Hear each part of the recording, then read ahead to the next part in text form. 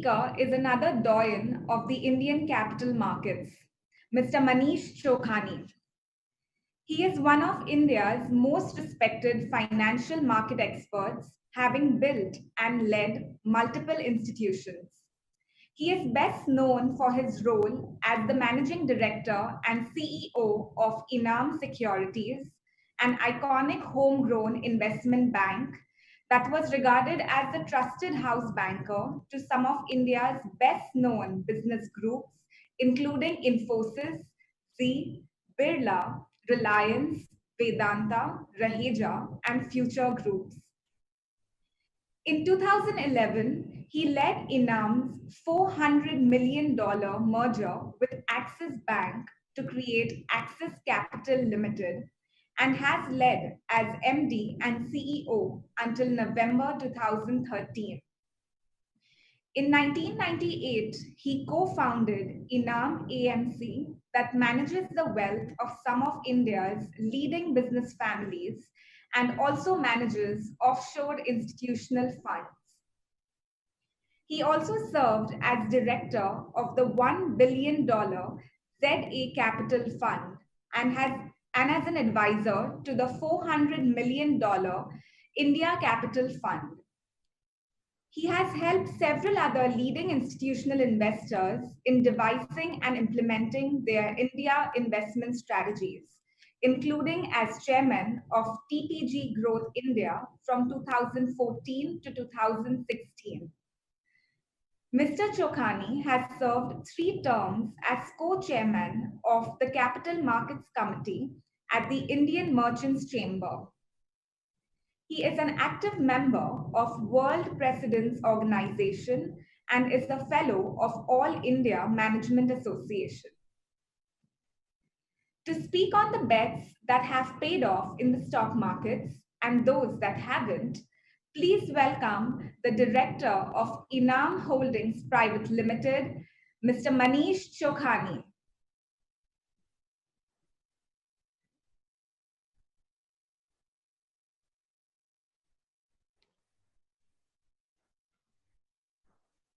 Thanks. Shall I take over now? Yes, please. Yes, Manish. Yes. Hi. So I want to first start by thanking Ramdevji for giving me this opportunity. He's someone I admire and respect a lot, and I've learned a lot from him as well. And as you know, we've been trying to plug the Motilal Oswal funds wherever we get a chance, and a lot of our friends and relatives are invested with you. So please do well. Yeah. Thank you. All our best hopes for that. Yeah. Before I start, I just wanted to say, like with everyone else, and especially our gurus, Mr. Munger and Mr. Buffett, Charlie Munger, of course, very famously said that if you aren't confused by what is going on right now, you probably don't understand anything. And that's really the status of the talk I'm going to give as well.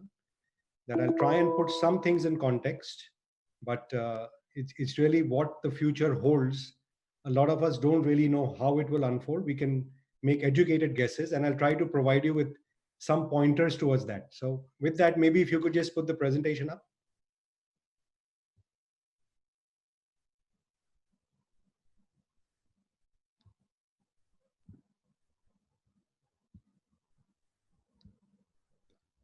Okay, next slide, please. Yeah, next slide. So just to put in context what our country is and why, all of us, including Ramdevji, feel we have a great future, that sometimes it's worth reflecting on where we came from. And we all know, but we haven't put in context that the country actually used to be a third of global GDP before, of course, the Mughals and the British came and they effectively devastated the country. And we ran in that colonial mindset all the way till the late 1980s when India started reforming. And we were down to close to 1.5% share of global GDP. And it's only from then onwards, once we started liberalizing, that our share of global GDP has started going up. You'll notice that even China kind of started around the same time, and they've already significantly outpaced us, and they've gone to almost 5 times our size today. Next slide. To put in context, our GDP, at least from the time I've been around, is up by more than 10 times. Our per capita, of course, hasn't risen as fast. We're probably just up 7 times. But what's interesting is that our exports, imports, where as we started integrating with the world, went up by almost, I think, 20 times. And our market cap went up by more than 30 times. It's probably ahead of that even as we speak today. But that's the kind of pivots that you get, that when a GDP grows, the better companies, better businesses tend to grow faster, and the market cap therefore of those companies tends to grow even faster. And that's really always been the bull case in India, that as we grow 12, 13, 14% in nominal terms, you will find that at least the equity indices have tended to grow in the mid teens, if not high teens. And that certainly seems to be the thesis that all of us kind of live by and swear by in the markets. And most of us came really to the markets with not a lot of capital, and we could build up a tremendous amount of wealth by just staying invested and finding the right businesses. Next slide. And to also put in context where it's very fashionable to beat up our country, the fact is we've slowly and steadily gone up in ranks. We've become the fifth largest economy in the world as we speak. We aren't yet recognized for our innovation and our ability to kind of change orbits. So we are still only number 9 on market cap. But we all remain hopeful that within the coming decade, we should be third largest, both in terms of GDP and more importantly by market cap. And hopefully we can step up our per capita incomes significantly in this period. Next slide. Again, just I'm going to flip through some of these quickly, that we often forget that actually we're a really large country. And in category after category, we are actually probably among the largest producers in the world. So these are just some statistics on agricultural products. If you go to next slide.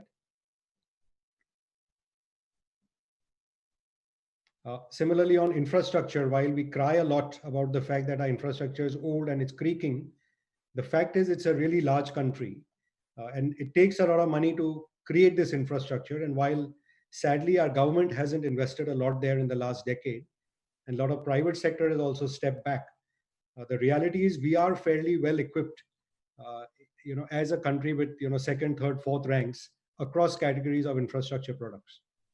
Next slide, please. Similarly, on the industrial base, we far outstrip what US and Japan, which are the world's first and third largest economy. And in most categories, we would tend to be in the top 5, if not the top 2, in terms of actual output of industrial products.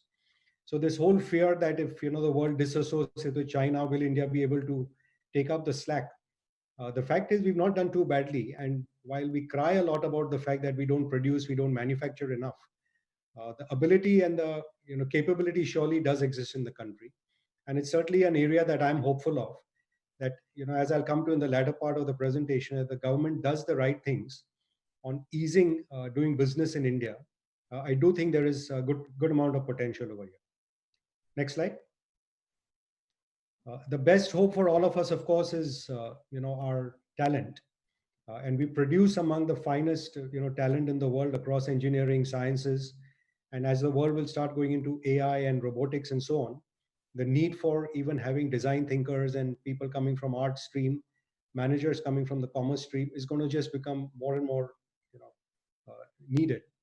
And in that context, at least given where we are poised, and given that we've unleashed kind of entrepreneurial spirits, and at least I see my son's generation, they're not looking to be job seekers, rather trying to create businesses and industries themselves. And while a lot of it is not visible in public markets, at least in the private space, you find a number of such companies getting built out. And that's where I've increasingly also started devoting some of my time in India as well as overseas. Next slide. So while that was a quick backdrop of where we were and we've got to this point today and we've done fairly okay, what I would like to, of course, spend a little more time is on what we haven't yet got okay, and where I think you can treat it as half glass empty or half glass full. So being an optimist, I always think that if we can solve these 3, 4, 5 items, the world could be a lot better, and India and Indians and Indian industry could do far better, and thereby we could become a lot wealthier and happier in the country as well.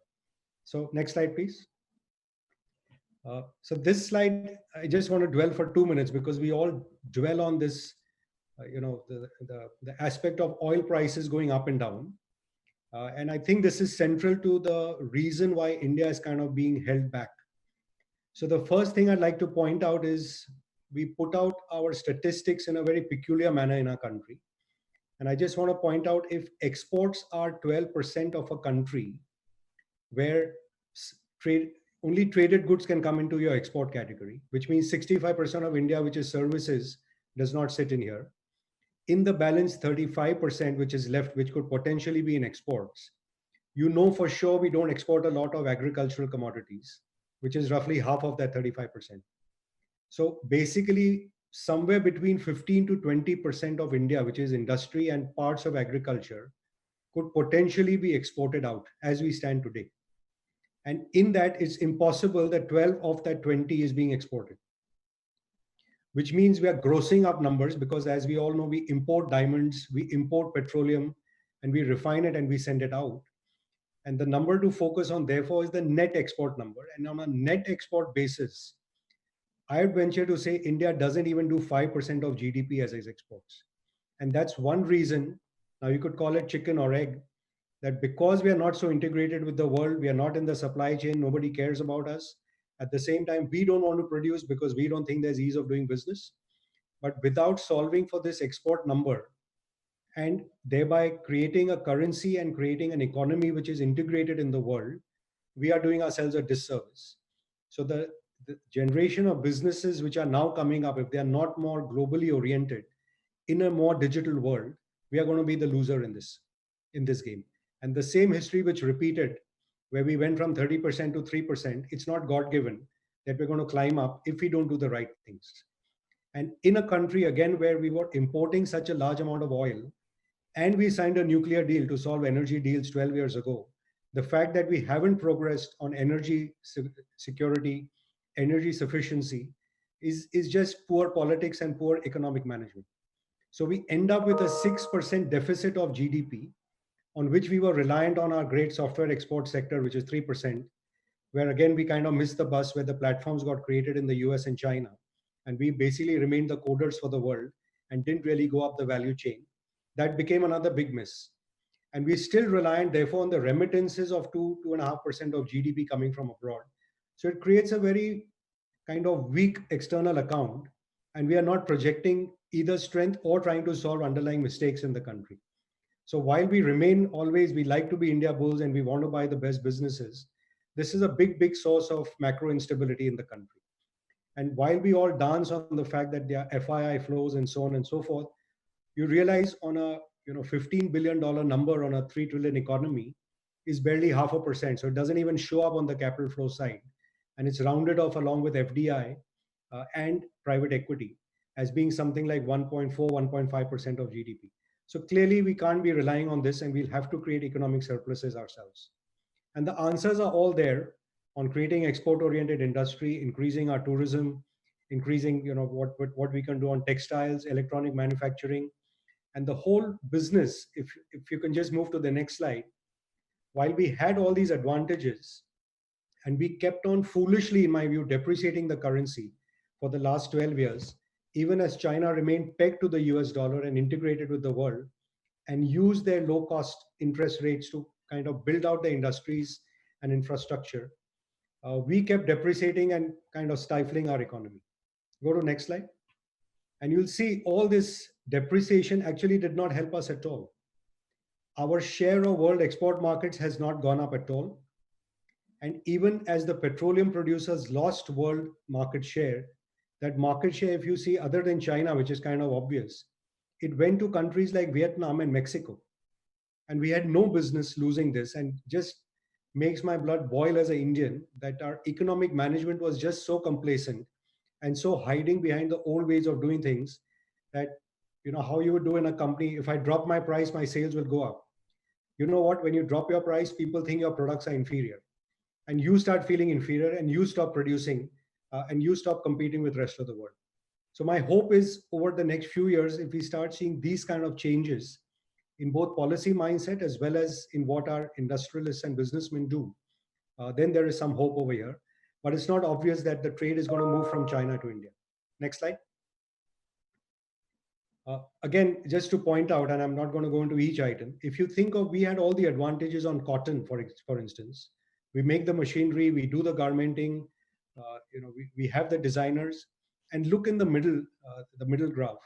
Our share of apparel and clothing is shameful, under 4% of market share. And China is 10 times our size. Even more shamefully, we import almost $4 billion of textiles from China.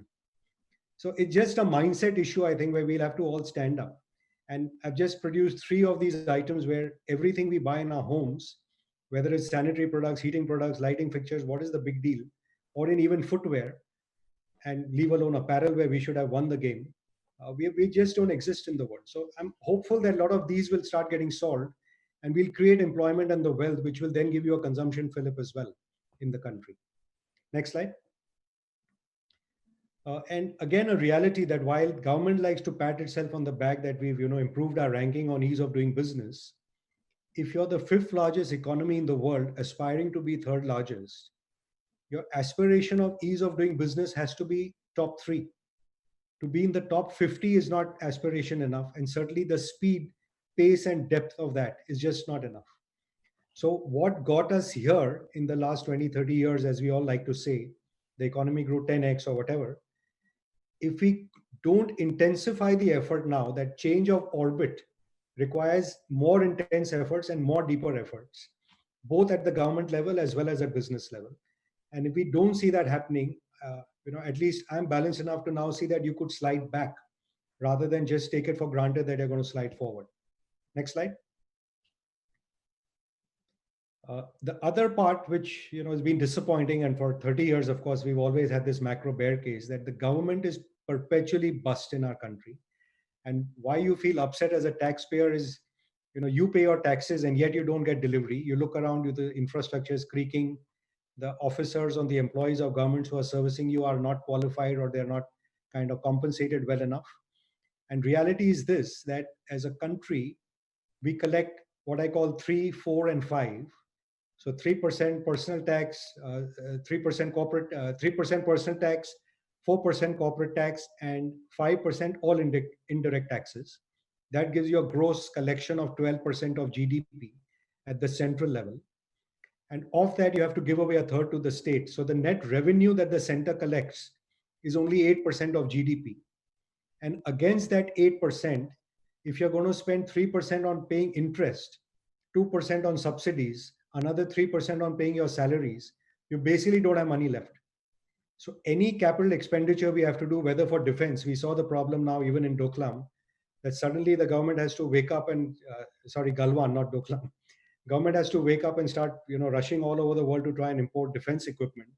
It's shameful that what infrastructure we lack in the country also now is lacking on the defense front, because we've underspent systematically for the last 20 years now in the country.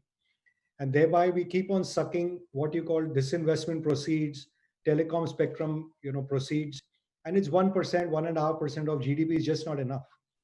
And while the time was there to create these assets and recycle its assets by way of privatizing and building new assets, you are now going to be selling all these assets which were erstwhile silverware, now at the price of brass. What value have you sustained over there to try and create your balance sheet? So our macroeconomic management has not been actually the greatest. While we all grew up believing it's great, and maybe it was great in the post-liberalization era for the next 10 or 15 years, I personally think we've slid back in our economic management in the last decade, for sure. Next slide. And as you see, the ratios, therefore, for the government, when they come out with their fiscal stimulus package, you realize it's smoke and mirrors, and we don't really have the headroom to try and revive this economy. It's because the government's kind of already living beyond its means, and it's hard to revive something when you don't really have more borrowing capacity. Oddly, the household sector is not actually very levered. The real estate sector, where we don't like it a lot, but people haven't really bought a lot of homes with debt in India, and we're still among the lowest in the world.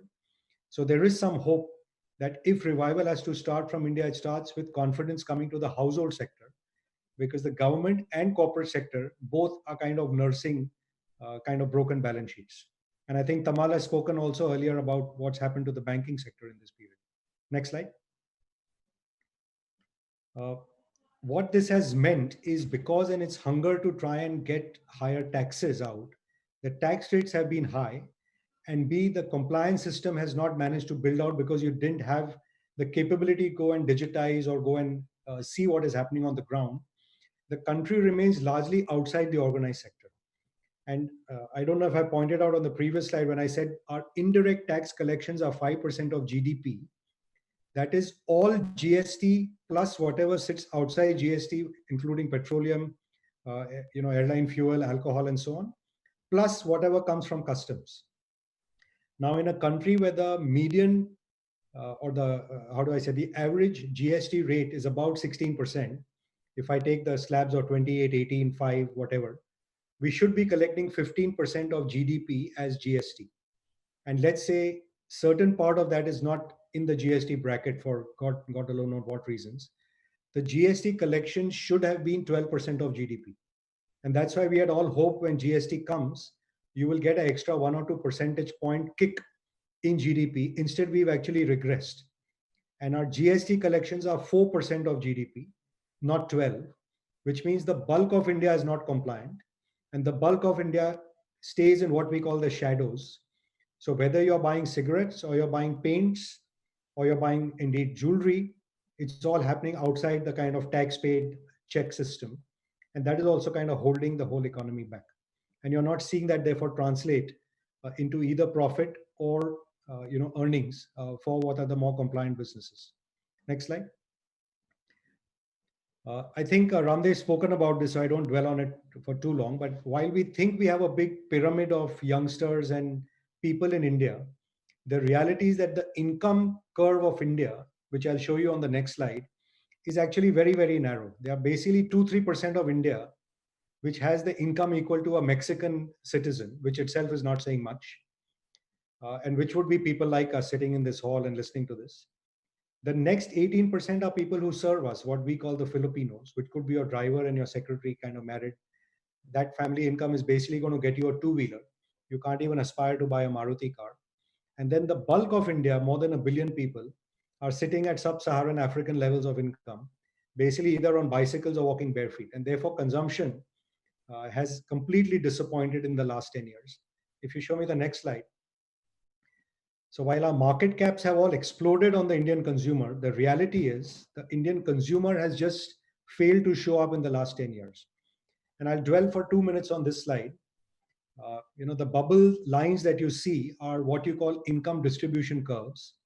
And the steepest line, which is kind of greenish or yellowish in color, is where income levels were in the year 2000.